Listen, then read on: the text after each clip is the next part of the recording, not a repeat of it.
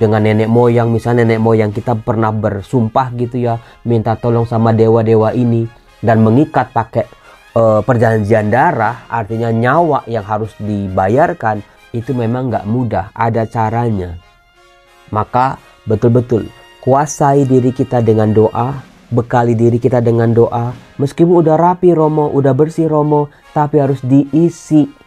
Salam damai sejahtera saudara-saudaraku yang terkasih pencinta firman Tuhan. Berjumpa kembali dengan Bible Learning with Father Joseph. Saudara-saudara yang terkasih, bagaimana kabar Anda hari ini? Opa, oma, ibu, bapak, om, tante, bude dan pakde, remaja-remaja, kemudian juga anak-anak penonton setia Bible Learning. Doa saya untuk Anda hari ini adalah semoga Tuhan berkenan memberikan perlindungannya buat kita. Tuhan menjadi gunung batu, bukit pertahanan, kota bentengku yang kuat, perisai yang kokoh, cahaya yang gilang gemilang, terpancar dalam kehidupan kita. Tuhan Yesus yang baik, lindungilah anak-anak-Mu ini. Biarlah mereka boleh aman dalam lindungan-Mu. Jauhkan kami dari segala yang jahat, dari segala kuasa kegelapan. Dalam nama Bapa dan Putra dan Roh Kudus. Amin. Wah, tumben nih si Romo Yosef di video kali ini bajunya hitam, ada putih-putihnya di leher. Ini namanya kolar, saudara-saudara. Zaman dulu itu dari tulang kalkun dimasukkan ke lehernya, ke bajunya si Romonya itu. Tujuannya supaya Romonya tidak selingak-selinguk, bisa lirik kiri, lirik kanan, tapi pandangan lurus ke depan. Tunggu, Romo Joseph juga sehari ini pakai rosario tuh, tumben-tumbenan. Biasanya nggak pernah. Sisirannya juga rapi banget Romo. Kayaknya mengingatkan saya pada siapa ya Romo? Pasti Romo Jo sudah nonton film Kuasa Gelap. Ya, sebuah film di bioskop yang berbicara tentang pengusiran setan, eksorsisme menurut tata cara gereja Katolik. Filmnya bagus, saya sudah nonton. Silakan yang belum nonton diserbu tiketnya, nonton bersama keluarga karena filmnya bagus. Kita bisa sadar betul-betul setan itu bisa bermanifestasi ke segala macam cara, manipulatif caranya, menggedor-gedor kelemahan, keraguan, ketakutan manusia.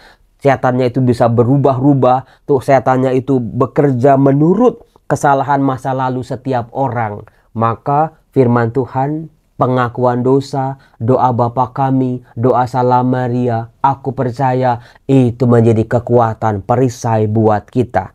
Jangan sampai kita enggak berdoa setiap hari.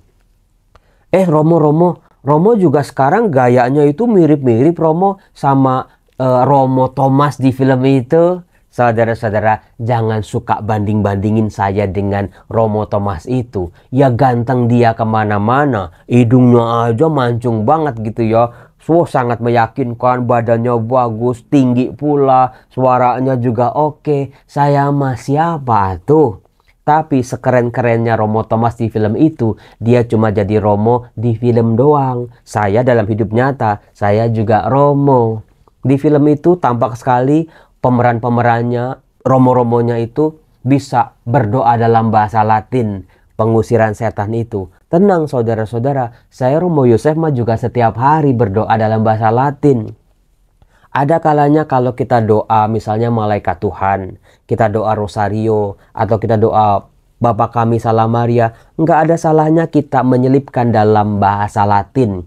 Bahasa Latin adalah bahasa resmi gereja. Saya juga bisa. Yuk, di awal video ini saya ajarin Anda bagaimana doa-doa ini dalam bahasa Latin, bagaimana cara mengucapkannya. Mari bersama-sama dengan saya. Pater noster qui es in celis, sanctificetur nomen tuum, adveniat regnum tuum, fiat voluntas tua, sicut in cielo et in terra, panem nostrum quotidianum da nobis hodie, et dimite nobis debita nostra, sicut et nos dimittimus debitoribus nostris, et ne nos inducas in tentationem, sed libera nos a malo. Amen.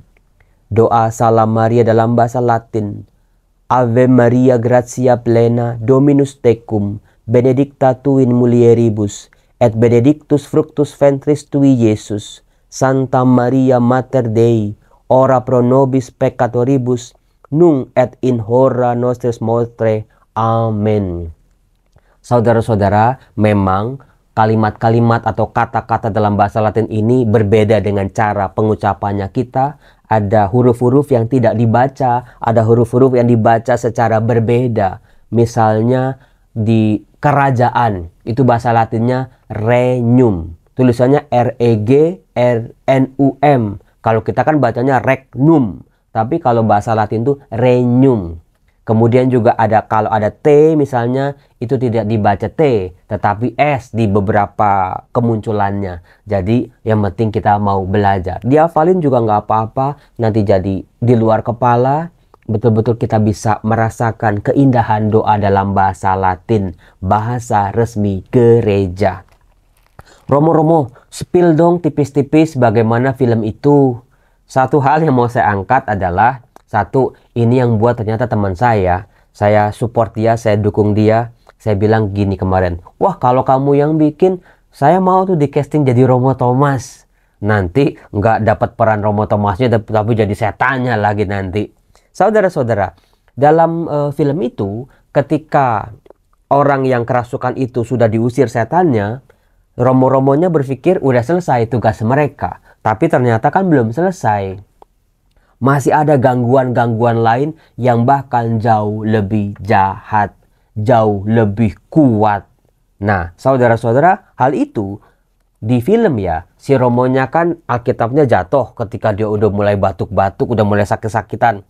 Romo yang seniornya itu lalu jatuh.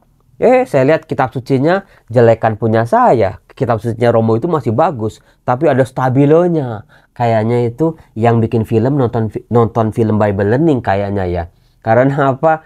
Di stabiloin seperti Alkitabnya Romo Jo ini. Nah, di situ terbukalah sebuah ayat yang diambil dari Lukas bab 11 ayat 24 sampai 26. Ada juga di Matius bab 12 43 sampai 45. Kalau dalam Injil Lukas dikatakan begini. Apabila roh jahat keluar dari manusia, ia pun mengembara ke tempat-tempat yang tandus mencari perhentian. Dan karena ia tidak mendapatkannya, ia berkata, "Aku akan kembali ke rumah yang telah kutinggalkan itu." Maka pergilah ia dan mendapati rumah itu bersih, tersapu dan rapi teratur. Nah, lu Romo, kan rumahnya udah rapi, udah dibersihin artinya. Yang jahat-jahat, yang kotor-kotor udah dikeluarin artinya. Udah teratur juga, udah rapi juga, nggak berantakan seperti sebelumnya. Lalu ia keluar dan mengajak 7 roh lain yang lebih jahat daripadanya, dan mereka masuk dan berdiam di situ. Maka akhirnya keadaan orang itu lebih buruk daripada keadaannya semula. Waduh Romo, terus kalau udah begitu bagaimana? Orang-orang yang pernah jatuh pada praktek-praktek okkultisme. Okkultisme artinya praktek-praktek perdukunan. Misalnya suka minta roh-roh yang sudah meninggal. Entah pakai keris, entah pakai segala macam perdukunan itu. Itu kalau mau melepaskan diri itu nggak gampang saudara-saudara. Karena apa? Si roh yang jahat ini, roh gelap, kuasa gelap ini sudah tahu titik lemahnya di mana. Sudah tahu orang itu jauh melebihi dari segala yang lain. Titik lemahnya di mana? Titik kedosaannya di mana? Itu yang akan digedor-gedor. Itu yang akan dimain-mainkan terus-menerus. Sehingga seolah-olah ada rantai betul-betul yang begitu kuat yang tidak bisa diputus oleh orang itu sendiri. Akan balik lagi, balik lagi, balik lagi. Dan lebih jahat, lebih jahat, lebih jahat. Maka kalau Anda belum bersentuhan sama yang begitu-begitu, tolong jangan pernah bersentuhan. Kalau kepepet apalagi ya, di film itu kan si anak 2 remaja putri itu kan kepepet karena pengen minta bantuan, tapi nggak ada cara ya dia minta bantuan dari roh-roh yang sudah meninggal ini. Jangan dicolek, jangan dicoba, jangan. Bagi Anda yang pernah tercebur di situ, itu nggak gampang cara membersihkannya. Ada ritus-ritus khusus dalam gereja Katolik untuk bisa memutuskan perjanjian darah dengan nenek moyang. Misalnya nenek moyang kita pernah bersumpah gitu ya, minta tolong sama dewa-dewa ini. dan mengikat pakai perjanjian darah, artinya nyawa yang harus dibayarkan, itu memang nggak mudah, ada caranya. Maka betul-betul kuasai diri kita dengan doa, bekali diri kita dengan doa. Meskipun udah rapi Romo, udah bersih Romo, tapi harus diisi. Inilah yang saya bongkar sebetulnya dalam video saya tentang 3 perbuatan Ayub sebelum dia dipulihkan. Sayangnya saya bikin video itu di hari Sabtu, sepi penonton. Kalau Anda belum nonton, tonton yang ini nih. 3 tindakan Ayub sebelum dia dipulihkan oleh Allah. Itu bagus banget saudara-saudara soalnya. Karena gini, apa yang sudah kita hidupi, sampai berapa umur kita, 30, 40, 50, seringkali kita lekat dengan identitas kita. Identitas kita. Bisa identitas itu diberikan oleh orang lain. Misalnya saya, namanya saya Yosef Ferry Susanto. Itu kan orang tua saya yang kasih. Betul? Betul. Dilahirkan tanggal 23 Maret 77. Bintangnya Aries. Sionya ular misalnya. Makanan kesukaannya semur jengkol pakai nasi uduk misalnya. Kemudian dia pengajar kitab suci. Dia itu bekerja di Sekolah Tinggi Filsafat Triarkara. Dia seorang Romo Jakarta. Sekarang dia mau bikin rumah singgah teduh Suryo misalnya. Itu identitas-identitas yang diberikan orang kepada kita.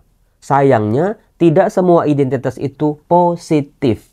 Ada kalanya stigma-stigma negatif. Dia kan pendek, dia kan masa lalunya dia itu bandel, dia itu kan pendosa, dia itu kan pernah melakukan ini dan itu di masa lalunya. Itu juga termasuk identitas-identitas yang ditempelkan orang-orang kepada kita. Hati-hati, tidak semuanya positif. Ada kalanya cuma menjadi racun, jadi toksik buat kehidupan kita. Dasar pemalas, dasar pendek, dasar jelek, dasar miskin, dasar orang susah, dasar maki-makian itu hati-hati tertancap dan bersarang di pikiran kita. Maka bersihkan identitas kita yang sejati itu yang kayak apa. Kemudian juga Ayub membangun identitas dirinya juga. Saya semakin berumur semakin mengenali siapa sih saya, apa sih tujuan hidup saya, apa sih makna hidup saya. Mungkin kalau anak 11 tahun, 19 tahun disuruh cari makna hidup nggak bakalan ketemu. Karena mereka masih mencari. Tapi kalau udah umur 45 ke atas, sudah tahu setengah hidupnya itu bagaimana. Dia tahu identitasnya seperti apa. Nah, ada kalanya juga diri kita juga yang terlalu kejam dengan diri kita sendiri. Aku ini pendosa, aku nggak bisa apa-apa. Aku pernah melakukan tindakan-tindakan kesalahan di masa lalu. Aku begitu lemahnya, aku nggak bisa dikasih oleh Allah. Lihat, diri kita sendiri juga kadang-kadang menjadi racun. Maka perlu yang namanya dibongkar ulang. Ini dia yang dilakukan oleh Ayub. Dibongkar ulang. Setan-setan dalam bacaan Injil Lukas tadi, roh-roh jahat yang bersarang. Itu setelah dibersihkan, jangan biarkan diri kita menjadi kosong. Karena nanti diisi oleh yang lain-lain. Bahkan oleh 7 setan yang lebih kuat, lebih jahat lagi. Maka terus apa Romo? Saya udah menata hidup saya Romo. Nah ini dia namanya identifikasi ulang saudara-saudara. Kita hidup ternyata bukan untuk diri kita sendiri. Itu yang dibongkar oleh Paulus saudara-saudara. Aku hidup bukan untuk aku lagi, tapi Tuhanlah yang hidup dalam diriku. Ini identitas-identitas yang melekat dalam diri kita ini harus dibongkar saudara-saudara. Dikosongin. Oh iya, pantesan Tuhan Yesus berbicara soal kantong kulit yang lama, kantong kulit yang baru. Anggur baru harus ditaruh, disimpan di kantong kulit yang baru juga. Nah ini, yang lama-lama keluarin dulu. Dibongkar dulu. Buang jauh-jauh dulu. Setelah dikosongin, isi dengan pikiran Allah, dengan kehendak Allah, dengan fiat voluntas tua yang tadi didoakan dalam doa Bapa kami, saudara-saudara. Jadi, aku hidup bukan untuk aku lagi.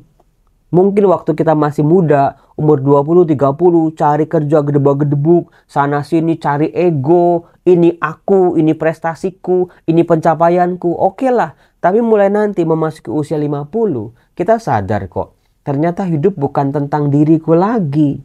Kalau hidup hanya untuk ego, ego dan ego, sampai tua dia akan lelah. Karena apa? egonya ternyata tidak akan pernah cukup. Ternyata hidup juga tentang orang lain. Dan bagi orang Kristiani, hidup adalah untuk kemuliaan Tuhan. Nah, itu dia. Biarkan Tuhan meraja di pikiran kita. Biarkan Tuhan yang meraja di perasaan-perasaan kita. Bukan perasaan, wah Romo saya disakiti oleh suami saya dikhianati oleh pasangan saya dicurangin Romo, saya ditipu, uang saya hancur Romo, uang saya lenyap Romo.